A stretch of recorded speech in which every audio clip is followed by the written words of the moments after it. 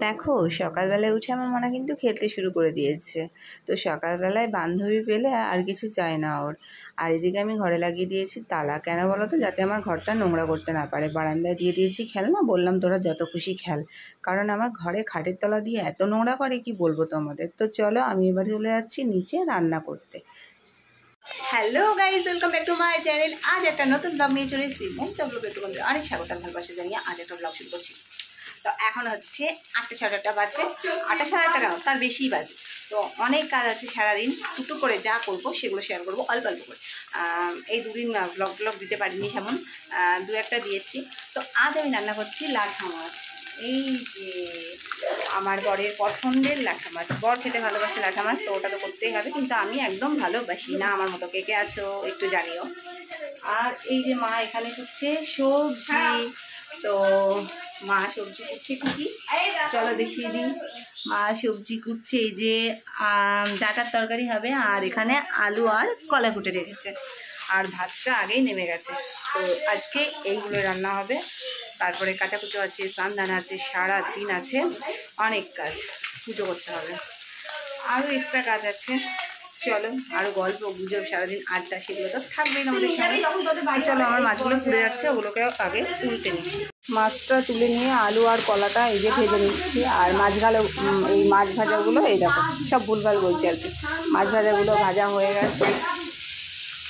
তো আলু কলাটা ভাজা হচ্ছে। আলু কলা ভাজা হয়ে গেলে মশলাটা করে আনতে হবে তার আগে, না হলে আবার পুড়ে যাবে। তুমি কি রান্না করবে মা আজকে? মাছের ডিম আছে, ফ্রিজে আছে তাই না? আর কি বললে, এঁচড় করবে নাকি?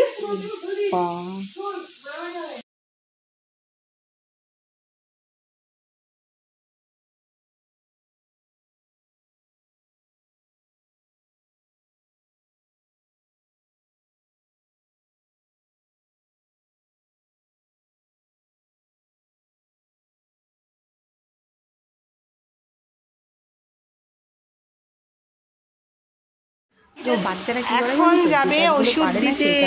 ভালো করতে কে যাবে ওষুধ দিতে? বড় হলে জ্যাঠা যাবে না ছোট বাবু? না না, আমি মাঠে যাবো বা কোথাও যাবো, বলবে আমার এখন কাজ আছে। ছেলে বলছে আমি ধরবো, ও বলছে আমি ধরবো, মানে দুই ভাই মিলে এই নিয়ে তর্ক করছে। তো জ্যাঠা বলছে কাউকে নিতে হবে, আমি নিচ্ছি। তো এখন বাজে 11:30, আর ওরা গেল ওষুধ দিতে। আর আমি এখন রান্না বসাবো। সকালে একবার রান্না করলাম, সকালে ভাত, উচ্ছে ভাজা, মাছের ঝোল করেছিলাম, লাটা মাছ দিয়ে আলু দিয়ে কলা দিয়ে ঝোল করেছিলাম। আর এখন আমি করবো ডাটার তরকারি আর বড়া তুলে কলা দিয়ে ঝোল, না হলে ডিমের ঝোল, দেখি। মেয়ে আবার অবশ্য নিরামিষ সবজি খায় না। তো চলো রান্না বান্না সেরে নিয়ে তারপরে দেখা হচ্ছে। অবশ্য পুজো করবো, স্নান করবো, আগে স্নানটা করে নিই, যা গরম পড়ছে, মেঘলা মেঘলাও আছে।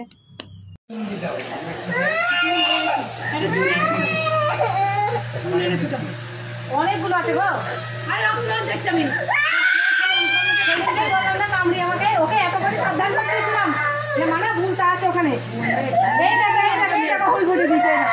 আমাদের বাবা কিছু নেই, আমাদের কিছু নেই।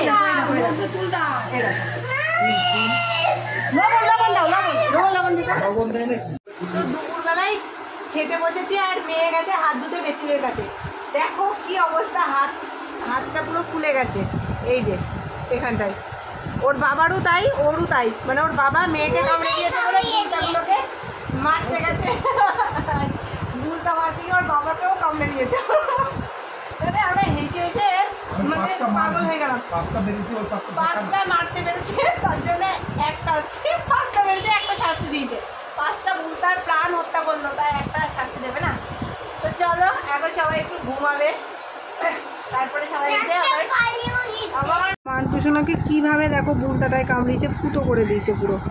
আর মান্টু তো খুব কান্না করছে, ঘুমাবো ভাবলাম।